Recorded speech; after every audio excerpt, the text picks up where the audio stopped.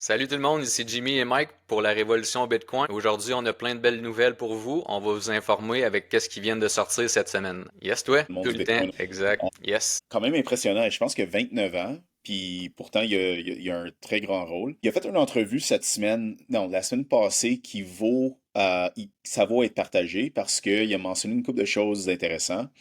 Un, il a dit que l'administration veut acheter le plus de Bitcoin possible. On lui a demandé, bon, est-ce que vous allez acheter 1 million de Bitcoin, 200 000 Bitcoin? Il a dit, quand tu veux le plus possible. Donc, juste pour donner un sens, ça, c'est pas nobody. Son rôle, c'est le chef des actifs digitales de l'administration de Trump. Puis il est en train de dire, on veut acheter le plus de Bitcoin possible. Ensuite, la question est comment est-ce que vous allez acheter ce Bitcoin-là? L'administration a été très claire qu'ils vont prendre l'argent des contribuables pour le faire. Ils vont générer des nouveaux revenus Neutre. neutre, c'est ça. Puis Hmm. ils ont mentionné des tarifs. Ils ont mentionné potentiellement vendre de l'or pour acheter du Bitcoin. Et j'imagine qu'il y a comme plusieurs options. Mais le point important, c'est juste de comprendre un peu la mentalité de l'administration. On veut acheter le plus de Bitcoin possible. Hmm. C'est pas quelque chose. Je pense que les gens ont été, hein, Jimmy, ils ont été un peu surpris par les tarifs. C'est comme, il y a une gang qui était comme, ah ben, quand Trump il disait qu'il voulait faire les tarifs, tu sais, on pensait que c'était une joke. Puis je pense que plein de gens qui prennent son mot comme pas sérieusement. Puis il a prouvé que ben, il faut vraiment prendre son mot très sérieusement dans cette administration ici. Donc, quand son directeur sur les actifs digitales, il dit on veut acheter le plus de Bitcoin possible, il pourrait peut-être payer attention à ça. Qu'est-ce que tu en Ouais. penses? Puis qu'est-ce que j'ai lu aussi cette semaine pour ça, c'est que les tarifs, ils génèrent 2 milliards de dollars par jour aux États-Unis. S'ils veulent vraiment utiliser l'argent des tarifs pour acheter du Bitcoin, ça signifie 2 milliards par jour. C'est assez énorme, là. Ouais. Par contre, ils vont pas utiliser tout ça pour Non, acheter non, du c'est ça. Bitcoin, mais quand même, c'est une source de revenus. Je pense que les projections sont 700 milliards par année. Je pense que c'est ce que ça donne. Immense. Bref, même si tu penses qu'une infime fraction de ce montant-là va se trouver dans le Bitcoin, je pense que c'est les effets de deuxième, troisième ordre qui sont les plus importants à Ouais. considérer. Quand tu as un super pouvoir comme les États-Unis qui veut agressivement, puis ils disent acheter du Bitcoin, la vraie question est qu'est-ce que les autres pays vont faire? Ça, c'est la vraie question. Donc, on peut procéder Ouais, avec moi je vais le... prendre celle-là. Fait Mhm. qu'ici, on voit la charte du M2 Supply. M2 Supply, c'est l'imprimage d'argent, c'est la quantité totale d'argent aux États-Unis. Voir, si vous regardez depuis le début à gauche, la ligne blanche, c'est justement ça. C'est plus que la ligne monte, ça veut dire qu'il y a de l'imprimage d'argent aux États-Unis. Puis la ligne verte, c'est le prix du Bitcoin. Fait qu'on voit la corrélation est vraiment, vraiment précise. Vous dites, Mike, 84% de précision sur 83%. 83%. Fait qu'on voit qu'il y a tout le temps un petit lag avec le prix du Bitcoin. Le prix du Bitcoin, il suit le M2 Supply parce que c'est littéralement son compétiteur. Plus que de dollars imprimés, plus que le Bitcoin monte, ça va ensemble. Là, on voit que le lag, il est après, D'ici près des 12 semaines. ouais, c'est ça. D'ici une semaine, le Bitcoin, si il suit encore le M2 Supply, le prix va monter beaucoup. Puis là, le M2 Supply est rendu à presque 140 000 US, ce qui signifie que le Bitcoin a beaucoup de chances de monter à 140 000 US dans des prochaines semaines et mois. Ouais. C'est assez impressionnant. Présentement, on est à 85 000 dollars. C'est une grande, grande, grande montée. On va dire au moins 60% de plus. C'est assez Moi, impressionnant. je suis pas certain du prix, là. Il y a beaucoup de facteurs qui vont dans le prix, mais une Ouais. chose est difficile à nier, c'est la corrélation de 83%. Puis, il faut se poser la question, pourquoi est-ce qu'il y a une aussi forte corrélation? Puis c'est très simple. L'argent M2, OK, c'est des nouveaux liquidités qui rentrent dans le système. Ces liquidités-là sont gérées par des acteurs rationnels. Les acteurs rationnels, c'est des individus, des compagnies, fonds, des institutions. Puis ils ont pas mal toutes la même mission. Ils veulent préserver leur pouvoir d'achat. Surtout dans un monde où que toutes les unités d'argent sont en train de gonfler. Donc, l'argent essaie de trouver des actifs. Hein. Quand on dit dur, ça veut dire que c'est difficile d'en imprimer plus. Difficile à créer, ouais. Difficile à créer. C'est pour ça qu'on retrouve des augmentations dans des choses comme euh, L'or. l'immobilier, l'or, le Bitcoin. Mais de ces trois-là, le Bitcoin va avoir un plus grand effet au niveau du prix parce que c'est le plus dur des trois. Puis vous allez voir dans les prochaines semaines, ça va être comme, on n'est pas en train de prédire le futur, on regarde vraiment juste une charte qui démontre une très forte corrélation. Dans les prochaines semaines et mois, ça a l'air comme c'est 3 mois en avance. Donc, pour les 3 prochains mois, on devrait voir le prix du Bitcoin monter en fonction de ça. C'est l'argent qui cherche une réserve de valeur dure, difficile à recréer. Pour préserver. C'est ça. Donc, puis on voit ça ici. Ça, c'est très intéressant. Il y a un autre actif qui réagit au M2 encore plus rapidement que le Bitcoin, mais pas aussi, pas aux mêmes amplitudes. Ce que je veux dire, c'est Ouais. l'or va réagir avant le Bitcoin, probablement comme un mois avant le Bitcoin. Puis qu'est-ce qui est arrivé en ce moment? C'est l'or est en train de frapper ses all-time highs. C'est sommet jamais atteint. Il est au plus haut que jamais. 3000, je pense que c'est 3333 qui a pogné cette semaine ou quelque chose du genre. On est à C'est. 41, là, OK. 3341. Puis, comme vous pouvez voir, l'or est en train de performer mieux que le Bitcoin sur un mois. On s'entend que sur 6 mois, sont à peu près égales.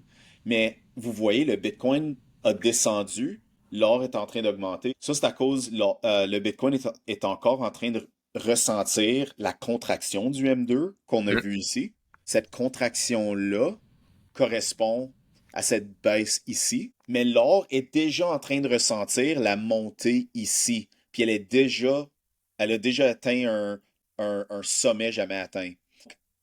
Qu'est-ce qu'on va voir probablement comme on disait, là, dans les prochains mois, c'est le Bitcoin va commencer à monter puis atteindre des sommets jamais atteints également. T'as-tu d'autres commentaires là-dessus? Moi, c'est tout. C'était très bien expliqué, Mike. Ah, merci. All right. Ouais.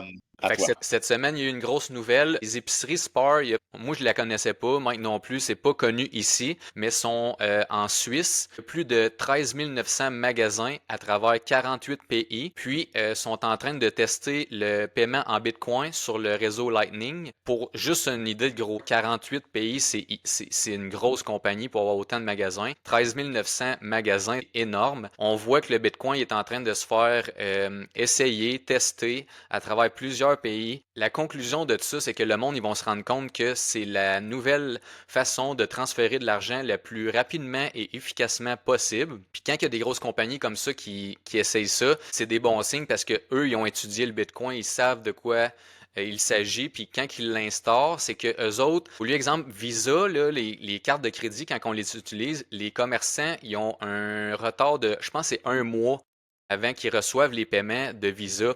Mais le Bitcoin, lui, c'est instantané. C'est de une personne à une autre ou de une personne à un marchand. La transaction est instantanée, puis le Bitcoin, il s'en va direct dans le portefeuille du commerçant. Versus Visa, ça prend un mois, puis il y a des frais aussi avec Ouais. les machines Visa.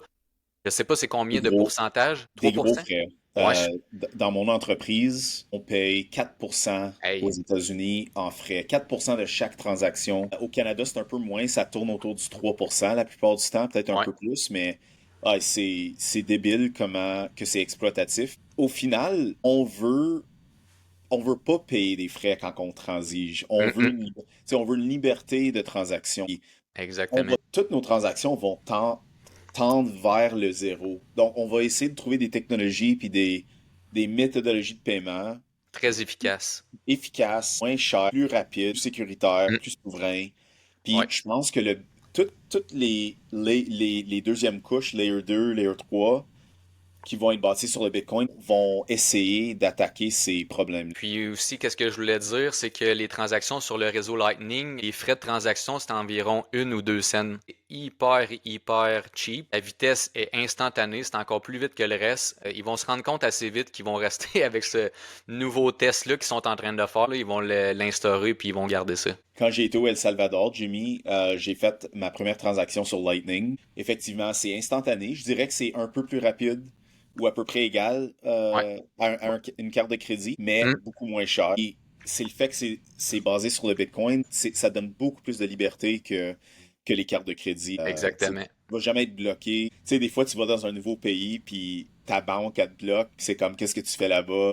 Puis là, il faut que tu le débloques. Bref. Ça va pas arriver Ah, c'est avec ça. Lightning Payments. Pour informer les gens que le réseau Bitcoin, personne qui peut faire un sensor chip dessus. Tout le monde peut transiger comme qu'ils veulent, 24/7, 365. Il n'y a aucune personne qui peut geler votre compte ou geler votre transaction. C'est neutre, c'est pour tout le monde, c'est égal pour tout le monde. C'est tout. Exact, oui. Très, très bien dit. Puis on va terminer avec cette charte-ci. C'est une autre corrélation, ou je devrais dire corrélation entre le Ouais. Bitcoin puis le QQQ, c'est le Nasdaq. Donc, c'est un index des 100 plus grandes compagnies de technologie aux États-Unis. On a parlé de ça il y a 2 semaines ou la semaine passée, mais c'est important de le ramener qu'il y a de quoi d'intéressant qui se passe en ce moment. Un découplage entre le Bitcoin et d'autres actifs que dans le passé étaient très corrélés. On peut les appeler des actifs de risque. Quand l'économie, quand il y a plus d'incertitudes dans l'économie, puis on ne sait pas quoi faire avec notre argent, on sort des actifs de risque, comme le QQQ puis le Bitcoin uniquement. Ces deux-là, ils allaient tomber quand on annonce des tarifs, ou il y a une guerre ici, ou la COVID. Puis on va aller vers des actifs beaucoup plus safe comme des bonds, euh, des blue chip stocks, des choses comme ça. Mais le découplage, ça nous dit que le Bitcoin commence à être considéré comme un actif avec moins de risque. En anglais, on dit risk off, puis il y a une bonne raison pour ça. Les tarifs vont faire mal aux compagnies vendre des produits physiques. Ouais. Le Bitcoin, c'est pas une compagnie, n'a pas de CEO, n'a pas euh, de conseil d'administration, vend pas de produits, pas bloquer les transactions. Donc, c'est naturel que les actifs de risque vont découpler du Bitcoin parce qu'il y a réellement du risque en les compagnies. Il y a moins de risque dans le Bitcoin, étant un actif international, décentralisé, sans gouvernance, etc. Puis j'ai remarqué cette semaine aussi là, la bourse très très très volatile, le S&P 500, peu importe le QQQ, les compagnies justement de tech stock, de technologie, ils réagissent beaucoup, beaucoup, beaucoup. Puis le Bitcoin, il reste vraiment stable à 84, 85 000. C'est assez impressionnant. La bourse, comme que Mike a dit, quand la bourse à la COVID ou peu importe descendait ou une guerre, la bourse descendait de 3-4%, le Bitcoin, il descendait de 20% avant. Là. Mais là, c'est rendu le contraire. C'est rendu l'asset plus safe pour les tarifs ou les incertitudes politiques. Le monde se réfugie dans le Bitcoin, mais oubliez pas, le Bitcoin, c'est mondial. Il n'y a pas juste des Américains ou des Canadiens qui achètent du Bitcoin, c'est mondial. Le marché, il est très, très gros. Puis oubliez pas, 21 millions de Bitcoin, 8 milliards de personnes. Faites le calcul, il est pas trop dur à faire. On s'en va par là. Nouvelle économie digitale. T'as bien dit. Je pense qu'on avait pas mal fait le tour. Est-ce que tu as d'autres remarques Moi, par c'est tout rapport pour à ça? aujourd'hui. Super. On va voir, guys. Je pense que dans les 2 prochaines semaines, ça va être rock and roll. Moi, je vais donner jusqu'au 1er mai pour commencer à voir un Ouais. mouvement avec le M2, mais il y a tout le temps le concept en finance du front running. Ça veut dire que sachant qu'il va y avoir un mouvement dans un actif, on essaie de rentrer avant même que ça commence à monter. Donc, ça Ouais. crée un effet ça avance un peu l'adoption. Donc, je pourrais m'attendre à ce que ça soit dans vraiment la prochaine semaine. À voir, je veux dire, on peut pas lire exactement dans le futur. On a Ouais. juste des tendances à suivre. La stabilité du Bitcoin parle beaucoup sans parler. Moi, je trouve ça intéressant. Déjà, c'est des signes avant-gardistes. Je te mets risk off. Puis on va voir où ça s'en va avec ça, Mike. Ouais, super out. Donc, on se voit la semaine. Salut tout le monde! Salut.